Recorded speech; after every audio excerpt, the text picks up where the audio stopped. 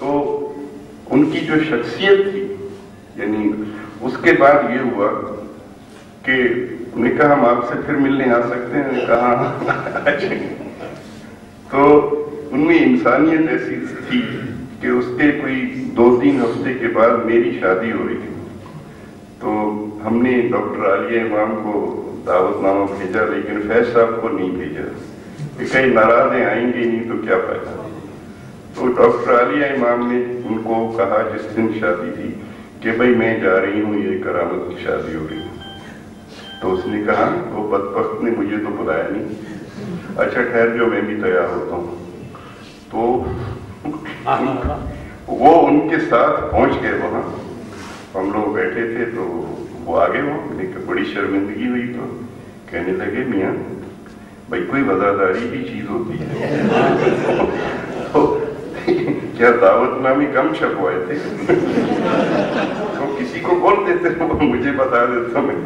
तो इस तरह के वो इंसान थे कि आप अगर यानी उनकी क्या क्या बातें आप याद करें और यानी किस तरह से, क्योंकि मैं ये बार बार ये सोचता हूँ कि आप लोग जो हिंदुस्तान में पले बड़े हैं तो बहुत मुख्तलिफ माहौल है, बहुत ही उसका अंदाजा जरा करना मुश्किल होता है कि उन लोगों की अहमियत हमारे माशरे के लिए क्या थी।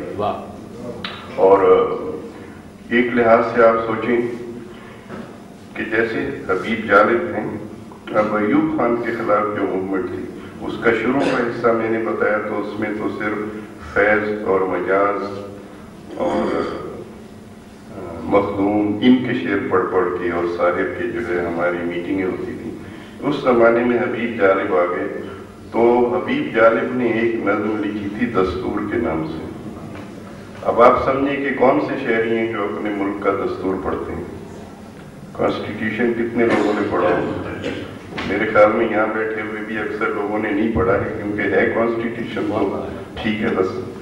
तो हबीब जालिब की एक नज़्म से पूरे मुल्क में जो अनपढ़ लोग भी थे उन्होंने ये जानना शुरू किया कि वो दस्तूर क्या नहीं होना चाहिए, किस तरह का कॉन्स्टिट्यूशन होना चाहिए, और अयूब खान का कॉन्स्टिट्यूशन क्या है, इसको बदलना बहुत जरूरी है। तो हमारी जो सारी मूवमेंट है उसकी स्ट्रेंथ ये है, जो ये लोग हैं जिनकी पोइट्री है, लोगों को वो तमाम चीजें दी जिनकी जरूरत होती है। इसके बावजूद कमी तो फिर भी हुई, इसलिए कि जो लेफ्ट की मूवमेंट है और उसके अंदर है उसकी एक ठोस मार्क्सिस्ट बुनियाद होना भी जरूरी थी, जो पाकिस्तान में अनफॉर्चुनेटली कभी नहीं बन सकी। क्योंकि 62 के बाद जब हिंदुस्तान और चीन की जंग हो गई तो पाकिस्तान की चीन से दोस्ती हुई। उस दोस्ती में एक ये भी हिस्सा शामिल था कि माओ की किताबें भी पाकिस्तान भेजी जाएंगी, और फिर हम लोगों को वो पढ़नी पड़ी।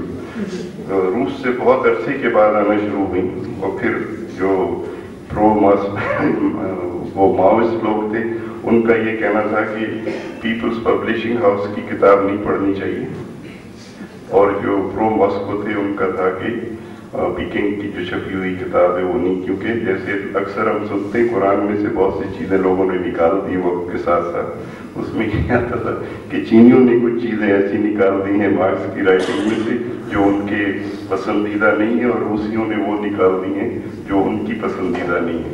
तो कभी वहाँ पर आज भी ऐसी कोई ट्रेडिशन और ऐसी कोई बेस नहीं है। तो ये शायर जो हैं वो आज भी वहाँ की लेफ्ट मूवमेंट जैसी भी है उसको सस्टेन करने में बहुत बड़ा इन लोगों का हाथ है। और मैं समझता हूँ पाकिस्तान के लोग तो हमेशा इनके लिए इनके शुक्रगुजार रहेंगे। वो मजाज हों, अली सरदार जाफरी हों, मखदूम हों, साहिब लुधियानवी हों, कैफी आजमी हों, और इनको अगर आप पाकिस्तानी कहना चाहते हैं फैज़ हों या हबीब जालिब, तो इनका बहुत बड़ा कंट्रीब्यूशन है। आखिरी बात मैं ये कहना चाहता हूँ, जो जावेद यहाँ शुरू में कह रहे थे कि यहाँ उर्दू का बहुत बुरा हाल हो गया, तो तफसील तो मैं नहीं जानता हूँ लेकिन मैं जब से दिल्ली आना शुरू किया है मैं देखता हूँ कि यहाँ सड़कों पे अब जो सड़कों के नाम हैं वो इंग्लिश और हिंदी और उसके साथ उर्दू में लिखे जाते हैं, गुरमुखी में भी। वो मुझे नहीं पढ़नी आती है, लेकिन जो उर्दू में नाम लिखे हुए हैं, ये 80% गलत लिखे हुए हैं, 80% गलत है। मैं उसको डॉक्यूमेंट करने की कोशिश करूँगा। तो एक गुजारिश ये होगी कि ये दिल्ली की सरकार से कहा जाए कि या तो आप ना लिखवाइए उर्दू में या फिर आप इसको ठीक से लिखवाएं। पहला सजेशन मान लेंगे जी, पहला सजेशन मान लेंगे आपका कि ना लिखें। मेरे ख्याल में बहुत अच्छा होगा, क्योंकि कम से कम गलत उर्दू तो ना बताएं। और मैं वैसे ये ऑफर करना चाहता हूँ दिल्ली की सरकार को, पाकिस्तानियों को यहाँ काम करने की तो इजाज़त नहीं है। मैंने कुछ अर्सा साथ कैन हमारे यहाँ के बहुत बड़े एक पेंटर थे और वो कैलीग्राफी करते थे, तो मैंने उनसे कैलीग्राफी सीखी। तो मैं दिल्ली की सरकार के लिए मुफ्त में ये सारे नाम दोबारा से लिखने को, तो आप लोग अगर उनसे इजाजत ले लें, खाली पेंट और ब्रश ले लें, मैं उससे पैसे नहीं लूंगा, क्योंकि यहाँ जो पैसे लेके आते हैं फिर वो पकड़े जाते हैं।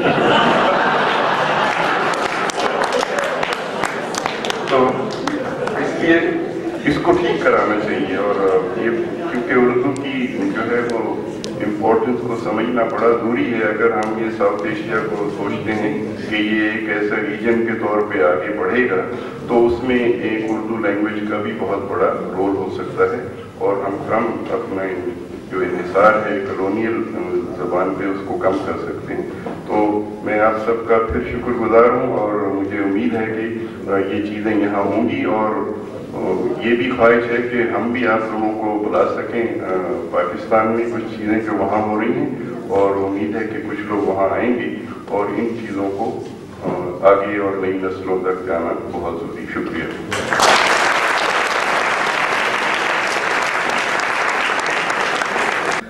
और यहाँ ज्यादा जानकार लोग बैठे हैं, हमारे पीरो मुर्शिद हैं, लाल स्वेटर पहन के घूम रहे हैं, पहले नक्सलवादी